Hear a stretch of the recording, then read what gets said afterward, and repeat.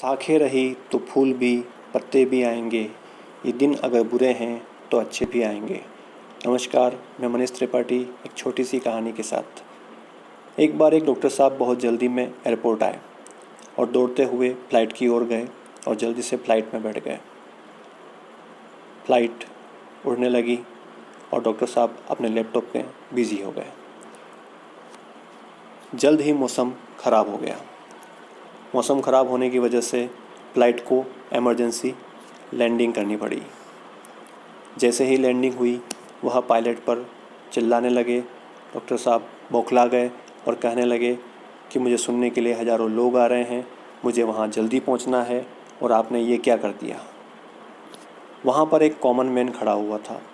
उसने डॉक्टर साहब को पहचान लिया और डॉक्टर साहब को कहा कि आप डॉक्टर पटनायक हैं। डॉक्टर साहब ने कहा जी हाँ, मुझे पता है आपको कहीं जाना है, लेकिन मौसम ख़राब है, आप जल्दी से बाहर जाइए और एक कैब पकड़ लीजिए, वो कैब आपको बहुत जल्दी वहाँ पहुँचा देगी। डॉक्टर साहब दौड़ते हुए आए और कैब ली और ड्राइवर को कहा मुझे जल्दी से वहाँ पहुँचा दो। ड्राइवर ने कहा जी बिल्कुल पहुँचा देंगे, लेकिन मौसम ख़राब था। ड्राइवर रास्ता भूल गया और डर गया कि अब मैं डॉक्टर साहब से कैसे कहूँ कि मैं रास्ता भटक गया, लेकिन फिर भी कहना तो था। डॉक्टर साहब को बड़ी मुश्किल से कहा कि मैं रास्ता भटक गया हूँ, अब कुछ नहीं हो सकता। डॉक्टर साहब को एक बार तो बहुत गुस्सा आया और फिर कहा कि ईश्वर, अब आपकी इच्छा हो जहाँ मुझे ले जाओ, लेकिन मुझे रात निकालनी है। ड्राइवर उन्हें एक छोटे से घर की ओर ले गया। ड्राइवर और डॉक्टर साहब उस घर की तरफ गए। घर का दरवाज़ा खटखटाया तो अंदर से एक बूढ़ी माँ की आवाज़ आई। उसने कहा अंदर आ जाओ। बूढ़ी माँ अंदर भगवान से प्रेयर कर रही थी। डॉक्टर साहब चुपचाप वहाँ बैठ गए।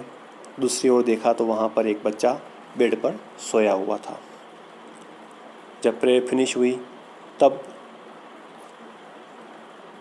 औरत से पूछा डॉक्टर साहब ने कि इस बच्चे को क्या हुआ है।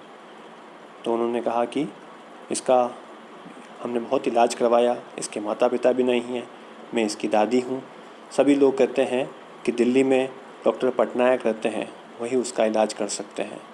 मैं उसी के लिए भगवान से प्रार्थना कर रही थी। डॉक्टर साहब स्तब्ध रह गए, उनकी आंख में आंसू आने लगे और कहा कि बूढ़ी माँ, आपकी प्रार्थना भगवान ने सुन ली और मुझे यहाँ भेज दिया।